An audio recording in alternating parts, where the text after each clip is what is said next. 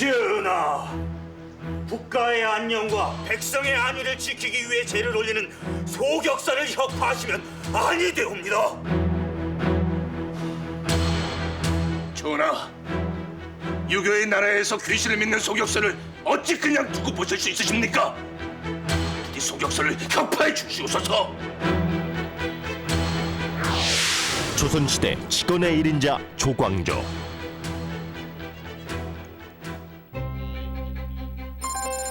중종 10년 가을, 나라에 경사가 있을 때 벌인다는 증광문과 전시가 열렸는데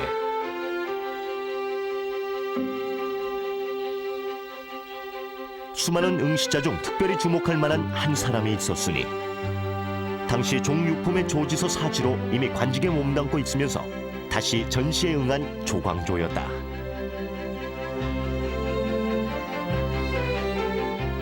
전하, 조광조 들었사옵니다. 들라하라.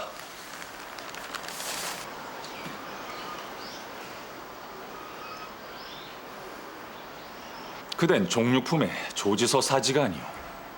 헌데 또다시 전시를 치르는 이가 뭐요?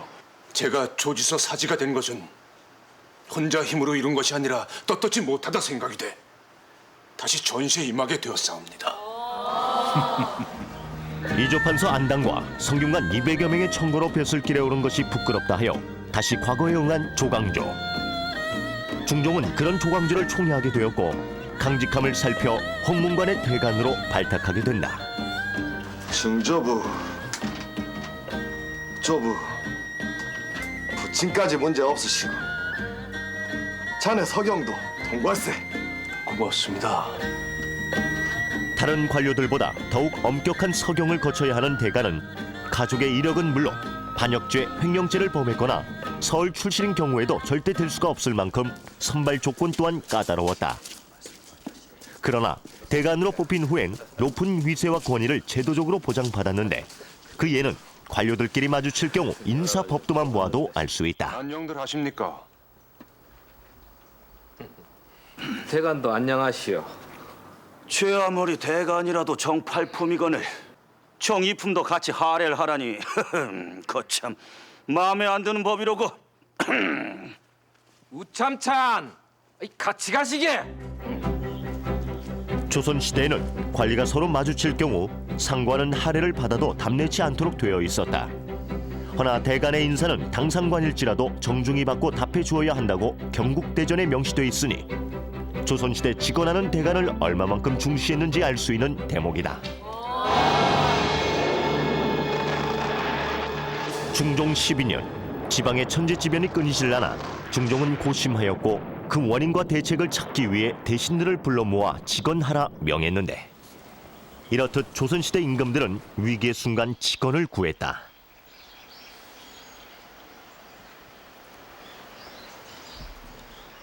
강원도에 때 아닌 서리까지 내리고 전제지변이 끊이질 않으니 혹시 짐의 성심이 부족하여 그런 것이 아닌가? 전하, 전하의 성심이 지극하심은 하늘과 백성이 알고 있사옵니다. 다만 전하께서 소인과 군자를 구별치 않으시옵고 소인을 가까이에 두셔서 그런 듯 싶사옵니다. 소인이라? 전하, 문제는 소인이 아니라 무식한 재상 때문이옵니다. 뭐라? 부디 전하의 용안으로 무식한 재상들을 가려내 주시옵소서. 무식한 지상 누구 부재 이놈. 조광조는 중종 반정으로 기득권을 잡고 있던 훈구파를 공격했으니 당시 훈구파에 휘둘리던 중종은 이 때문에 더욱 조광조를 총애했고 그를 홍문관 부지학으로까지 봉하게 된다. 전하, 유교의 나라에서 어찌 귀신을 믿는 소격사를 그냥 두고 보실 수 있으십니까? 부디 소격사를 혁파해 주시옵소서. 본격적인 개혁 정치를 펼치는 조광조. 전하, 국가의 안녕과 백성의 안위를 지키기 위해 제를 올리는 소격사를 혁파하시면 아니 되옵니다.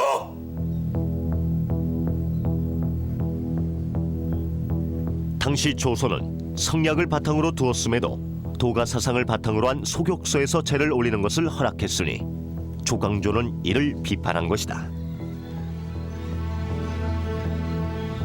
하지만 집권 세력인 훈구파는 도가 사상을 따르고 있어 조광조의 직언은 훈구파를 향해 칼을 뽑아든 격이 된 것인데, 당시 중종은 소격서를 없애자는 조광조의 직언에는 동의했으나 반정으로 자신을 권좌에 앉힌 반정의 주도자인 훈구파를 생각하며 조광조의 직언을 쉬이 받아들이지 못했다. 게다가 제일 사랑하는 인물이 소격서 혁파안을 강하게 반대했으니 바로 모친인 대비 정현 왕후였다.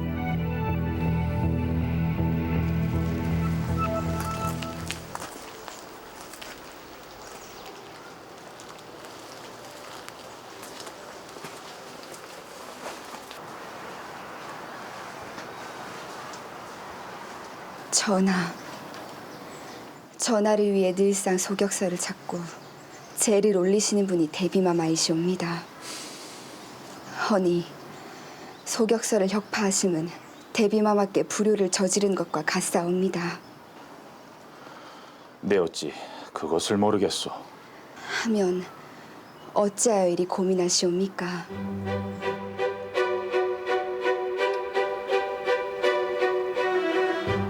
엄마마마, 죄송하옵니다. 효자로 소문난 중종은 결국 대비와의 마찰을 빚으면서까지 조광조의 소격서 혁파안을 받아들였다. 소격서 혁파는 조광조 자신에게도 변화의 기점이 되니 바로 혁파 과정 중 265회나 되는 상소로 중종을 괴롭힌 탓에 직언으로 지친 중종이 조광조에게서 마음의 벽을 쌓기 시작한 것이다. 그렇다고 멈춰질 조광조의 직언이 아니었다. 조광조는 여세를 몰아 더욱 엄청난 개혁안을 제시하는데,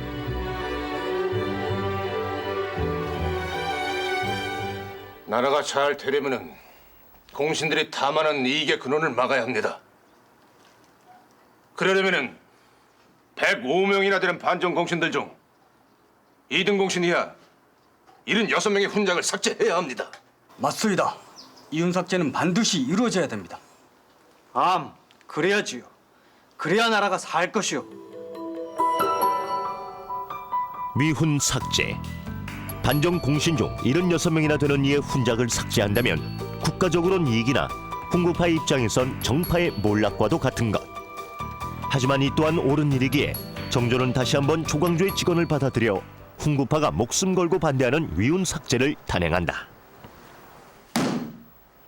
누구 덕에 왕이 되었는데 매번 조광조란 놈의 손을 들어두다니. 조광조 그놈을 더 이상 살려둘 순 없어. 조광조를 그냥 살려둔다면 장차 큰 화가 될 겁니다. 살아남느냐 사라지느냐 기로에 놓인 훈구파. 혹여 무슨 계책이라도. 결국 훈구파는 남곤을 주로 하여 음모를 꾸미게 되었으니 그것은 중종에게서 직언하는 대간 조광조를 떼어내 영원히 사라지게 만들 만한 것이었다. 전하! 이것을 좀 보시옵소서. 주초위왕, 주와 초를 합하면 바로 조씨가 아니요. 그렇다면 조씨가 왕이 된다. 이건 필시 대사원 조광조의 반역을 암시하는 것이옵니다. 뭐라? 조광조가 반역을? 그동안 직원이란 핑계로 날 손에 잡고 흔들더니 이제는 나라 전체를 손에 넣겠다. 못하느냐? 당장 반역자 조광조를 잡아들여라. 주초위왕이란 네 글자는 훈구파 남곤 등이 낙엽에 꿀을 발라 벌레가 파먹어 글씨를 쓰게 한 것으로 영문을 모르는 중종은 이를 조광조가 반역을 꾀한 것으로 여기게 된다. 그로 인해 조광조는 물론 사인파까지 쳐내는 이른바 기묘사화를 일으키게 된 것이다. 헌데 이 상황에서도 조광조는 옥에 갇혀 중종의 손에 언제 목숨이 끊어질지 모르면서도 집권하길 그치지 않았으니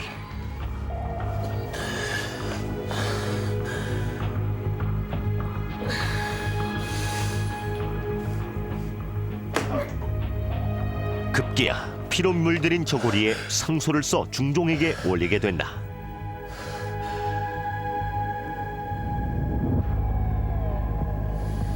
신들은 모두 망령되고 어리석고 우직한 자질로 성주를 만나 가까이 모실 수 있는 광영을 입었사옵니다. 마지막으로 직언코자 하오니 친히 국문하여 주시면은 죽어도 한이 없겠사옵니다. 4년 동안 직원을 퍼붓고도 아직도 모자르다니. 내 그동안 반역자에게 들은 직원조차 귀에서 씻어내고 싶거늘. 여보라! 당장 반역자 조광조에게 사형을 내리거라!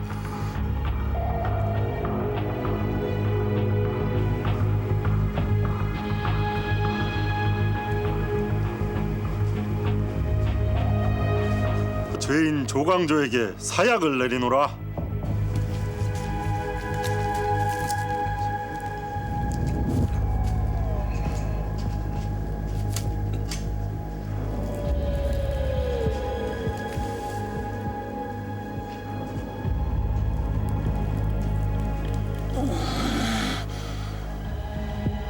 전하, 저는 가지만은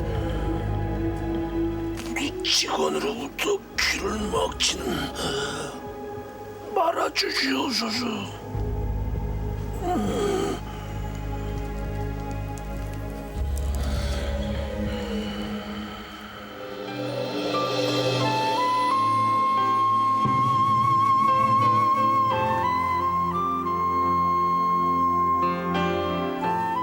임금 사랑하기를 아버지 사랑하듯 하였고 근심하기를 집안 근심하듯 하였노라. 밝은 해가 아래 세상을 내려다보고 있으니 거짓없는 인의 정성을 환하게 비추리라. 사약을 받고 죽음을 맞이하면서까지 군주 앞에 바른 말하기를 두려워하지 않았던 그의 올곧은 기계가 이 시대에 더욱 그리울 뿐이다.